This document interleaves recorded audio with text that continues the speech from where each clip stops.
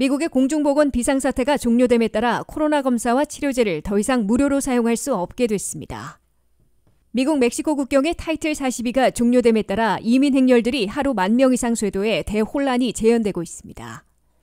미국이 국가부도에 빠지면 연방 지출에 차질을 빚고 금융시장이 대폭락하게 될 것으로 경고되고 있습니다. 미 식품의약국 자문위원회가 먹는 피임약을 처방전 없이 약국에서 판매하는 오버더카운터로 전환하도록 권고했습니다. 미국의 고용주들이 종업원 임금 인상에서 계획보다 덜 올려주고 있는 것으로 나타났습니다. 여러분 안녕하십니까? 워싱턴 뉴스 투데이입니다. 미국의 공중보건 비상사태가 오늘 3년여 만에 종료됨에 따라 코로나 검사와 치료제를 더 이상 무료로 사용할 수 없게 됐습니다. 다만 건강보험을 통해 일부 비용을 부담하고 이용해야 하며 코로나 백신은 내년 9월 말까지는 계속 무상으로 접종할 수 있습니다. 안혜린 기자가 보도합니다. 코로나19 바이러스 감염 사태로 시작됐던 미국의 공중보건 비상사태가 11일자로 종료됨에 따라 모든 제한 조치들이 완전 사라지는 동시에 비상지원 혜택도 끝나고 있습니다. 첫째, 코로나 검사 키트와 코로나 치료제는 이제 더 이상 무료가 아닙니다. 연방정부는 코로나 검사 키트와 팩스로비드와 같은 치료제를 일괄 구입해 무상 배포하지 않습니다. 이에 따라 코로나19 바이러스에 감염되는 환자들은 앞으로 의사의 검진을 받고 처방전을 받아 자신의 건강보험에 규정된 코페이먼트를 부담하고 코로나 정밀 검사 후 코로나 치료제를 사서 이용할 수 있게 됩니다. 메디케이드 가입자들은 내년 9월 말까지 랩에서 사용하는 정밀 코로나 검사는 무료로 받을 수 있습니다. 둘째로 코로나 백신은 사실상 내년까지 계속 무료로 접종할 수 있습니다. 건강보험을 갖고 있는 사람들은 물론 보험 없는 미국민들도 코로나 백신은 내년까지 비용 분담 없이 무료로 계속 접종할 수 있게 됩니다. 셋째, 메디케이드 가입자들 가운데 2,400만 명은 이미 주별로 4월부터 자격을 상실하고 있습니다. 공중보건 비상사태에 따라 저소득층 의료보장인 메디케이드 이용자들이 사상 최대 규모인 9,500만 명까지 급증했으나 공식 종료에 앞서 예산이 더 이상 배정되지 않음에 따라 2,400만 명은 자격을 잃고 있습니다. 메디케이드 자격을 상실하는 미국민들은 ACA 오바마 케어에 특별 등록해 이용할 수 있습니다. 넷째로 미국 정부 당국의 코비드 추적이 크게 바뀝니다. 미국은 이미 입국하는 외국인들에 대해 백신 접종이나 음성 확인서를 더 이상 요구하지 않고 있으며 감염 의심자들에 대해서도 격리시키지 않고 있습니다. 나아가 CDC는 코로나19 바이러스에 새로 감염된 신규 감염자를 더 이상 추적 집계에 공표하지 않게 됩니다. 다만 중증 발병으로 입원 치료받는 환자들과 사망자들의 숫자만 집계하게 됩니다. 그리고 새로운 변이가 생겨 확산될 징후가 있을 때 이를 공지하게 됩니다. 미국은 벌써 코로나19 바이러스가 불러온 팬데믹 비상사태를 끝내고 3년여 만에 일상으로 복귀했는데 11일에 공식으로 비상사태를 종료해 비상지원 조치들을 중단하기 시작한 겁니다. 미국에서는 2020년 1월 31일 첫 환자가 보고된 후 현재까지 1,038만여 명이 감염돼 600만 명 이상이 입원 치료를 받았으며 112만 3,800여 명이 목숨을 잃었습니다. WKTV 뉴스 안혜린입니다. 미국 멕시코 국경에서 불법 입국자들을 신속 추방토록 하는 타이틀 42가 종료됨에 따라 이민 행렬들이 하루에 10,000명 이상 쇄도하고 있어 대혼란이 재현되고 있습니다. 바이든 행정부는 국경에 배치한 미군 병력을 5,000명으로 늘리고 불법 입국한 기록이 있으면 난민 망명 신청 자격을 불허하겠다고 경고하고 있지만 본물처럼 밀려드는 이민 행렬들 가운데 상당수를 미국 내 국경 도시들에서 석방하고 있어 중대 시험대에 오르고 있습니다. 바이든 민주당 행정부가 팬데믹 종료에 의해 타이틀 42 신속 추방 정책이 끝남에 따라 본물처럼 밀려드는 이민 행렬에 어떻게 대처할지 대혼란 상태의 재현을 막아낼지 중대 시험을 치르고 있습니다. 팬데믹으로 트럼프 전임 행정부가 도입해 바이든 행정부도 시행해온 타이틀 42 신속 추방 정책이 11일자로 종료됐습니다. 타이틀 42에 따라 연방당국은 미국 멕시코 국경에서 붙잡히는 이민 행렬들을 멕시코로 즉각 추방하고 난민 망명 신청과 수속을 미국이 아닌 멕시코에서 진행하도록 조치해왔습니다. 타이틀 42의 종료로 이민 행렬들을 국경에서 즉각 신속 추방할 근거가 없어지자 바이든 행정부는 강경한 국경정책 시행에 들어갔습니다. 바이든 행정부의 새 국경정책은 불법 입국한 기록이 있는 이민 행렬들은 추후 난민 망명을 신청할 자격을 박탈할 것으로 경고하고 새로운 합법 신청 절차를 많이 이용해달라고 호소하고 있습니다. 새로운 합법 난민 망명 신청 절차는 미국 정부의 모바일 앱을 통해 미국 당국과 예약을 한 후에 국경 입국장에 오면 미국 입국을 허용하게 되며 한 달에 최대 3만 명까지 난민 망명을 받아들여 2년짜리 워크 퍼밋을 제공할 것으로 밝히고 있습니다. 하지만 이러한 합법 절차는 시간이 너무 오래 걸릴 게 분명하고 수년간의 기다림 끝에 승인받는다는 보장도 없기 때문에 이민 행렬과 불법 입국을 저지하지 못할 것으로 지적되고 있습니다.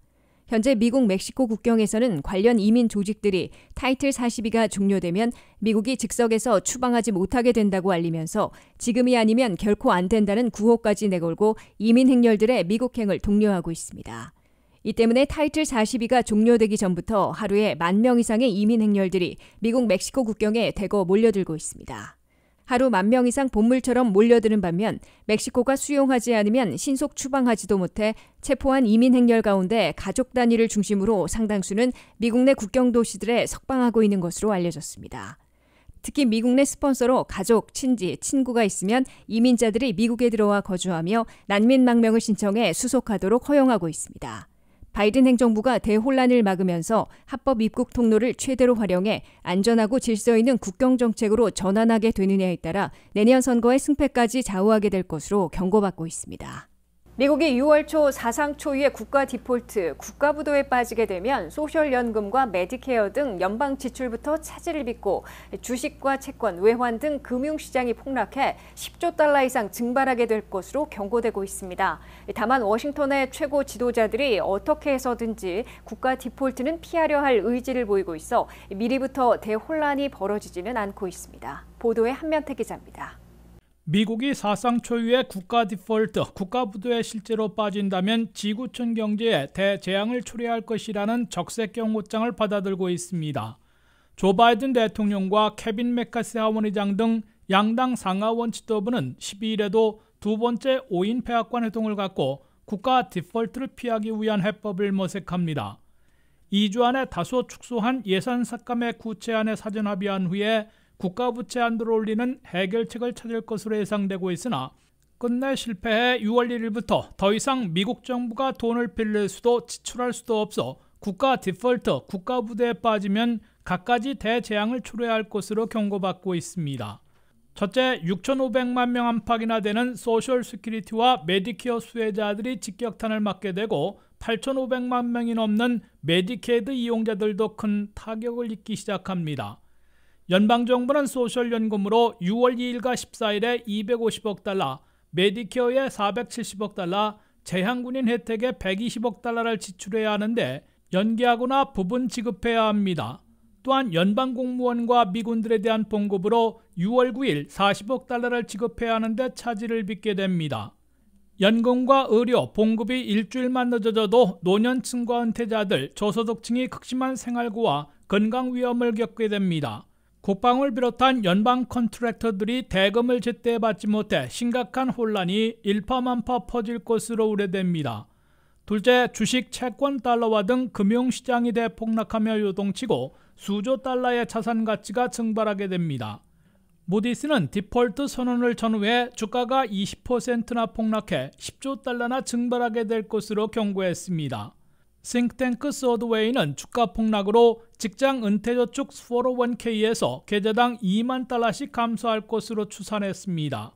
셋째, 미국인들이 수백만 명씩 일자리를 잃어 실업률이 급등하고 마이너스 성장으로 뒷걸음쳐 2008년 대불경기 때와 같은 경제적 대재앙을 겪을 것으로 경고되고 있습니다. 모디스는 단기 디폴트 시에도 100만 명 이상 일자리를 잃어 실업률이 3.4%에서 5%로 단숨에 뛰어오르고 수개월 지속되면 800만 명 이상 일자리를 상실해 실업률이 8% 이상으로 급등하며 경제 성장률은 마이너스 5% 이상 후퇴하는 극심한 불경기에 빠질 것으로 우려했습니다. WKTV 뉴스 한면택입니다. 미국에서도 유럽과 마찬가지로 처방전 없이 약국 카운터에서 피임약을 살 수 있는 시기가 임박해지고 있습니다. 미 식품의약국의 스태프들과 전문가 자문위원회는 17대 0 만장일치로 먹는 피임약을 의사 처방전 없이 약국에서 구입할 수 있는 오버 더 카운터로 전환하도록 권고했습니다. 미국 여성들의 피임을 통한 생활과 건강에 기념비적인 전환점이 곧 도래하고 있는 것으로 보이고 있습니다.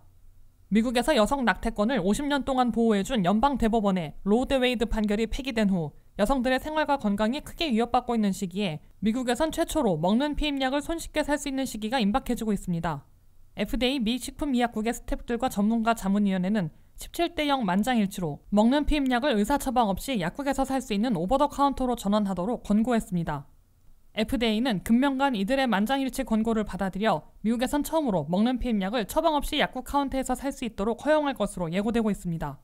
먹는 피임약을 처방전 없이 약국 등에서 손쉽게 구입할 경우 미국의 젊은 여성, 특히 10대들의 원치 않은 임신을 피하게 돼서 생활과 건강이 크게 개선될 것이므로 기념비적인 전환이 될 것이라고 옹호론자들은 강조하고 있습니다. 미국 최초로 처방 없는 판매를 허용받을 먹는 피임약은 프랑스의 HRA 파르마의 오필이라는 복용약입니다. 오필은 하루에 한 알씩 매일 같은 시간에 복용하면 피임 성공률이 높은 것으로 평가받고 있습니다. 유럽에서는 이미 처방전 없이 약국 등에서 손쉽게 구입할 수 있어 여성들이 원치 않은 임신을 피하는 데 널리 이용하고 있습니다. 미국에서도 오필 등 먹는 피임약이 오버 더 카운터로 바뀔 경우 젊은 여성을 중심으로 1,900만 명이나 사용하게 될 것으로 예상되고 있습니다.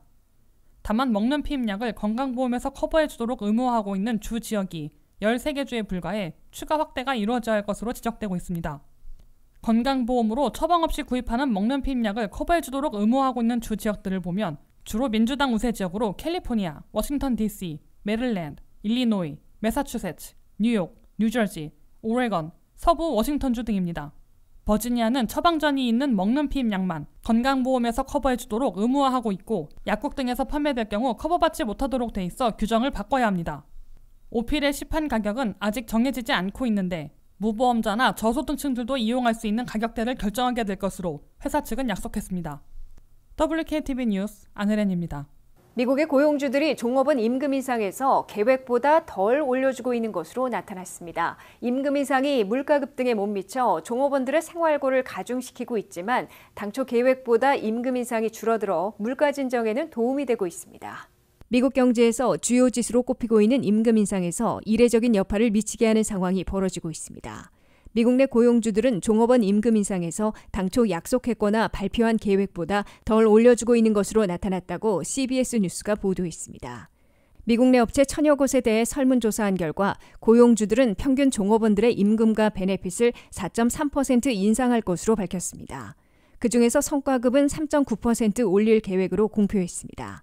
하지만 3월 현재 실제 임금 인상률은 4.3%, 계획보다 낮은 4.1%인 것으로 나타났습니다. 또 성과급 인상률은 계획은 3.9%였으나 실제로는 3.8% 올랐습니다. 업종별로도 큰 차이를 보이고 있습니다. 생명과학, 에너지 서비스 업종의 종업원 임금 인상률은 4.5%로 평균보다 훨씬 높았습니다. 반면 헬스케어, 소매와 도매 업종에선 3.6% 인상에 그쳤습니다. 근년의 임금 인상률은 2008년 금융위기 이후 가장 높은 수준이지만 물가 상승률에는 훨씬 못 미쳐 실질 소득이 마이너스가 되는 바람에 다수는 생활고가 가중되고 있습니다. 최신 통계인 4월의 고용과 소비자 물가 지표를 보면 미 근로자들의 시간당 임금, 시급은 연율로 4.4% 올랐습니다. 그러나 4월 CPI 소비자 물가는 4.9% 인상됐고 식품과 에너지를 제외한 주거비 등 근원 소비자 물가는 5.5% 올라 실질 소득이 줄어든 셈이 됐습니다. 미국에서 근로자 임금 상승은 고용주들의 고용 비용을 늘리고 이에 상당 부분을 상품이나 서비스 가격의 인상으로 돌리고 있는 것으로 간주되고 있습니다. 이 때문에 연방준비제도는 지나친 고용 열풍과 가파른 임금 상승을 경계하며 고의로 냉각시키려 시도하고 있습니다. 근로자 임금 상승이 다소 둔화되면 업계의 상품이나 서비스 가격 인상도 냉각돼 전체 미국의 물가를 진정시키는 데 도움이 되기 때문으로 보입니다. 이상으로 워싱턴 뉴스투데이를 마치겠습니다. 시청해주신 여러분 고맙습니다.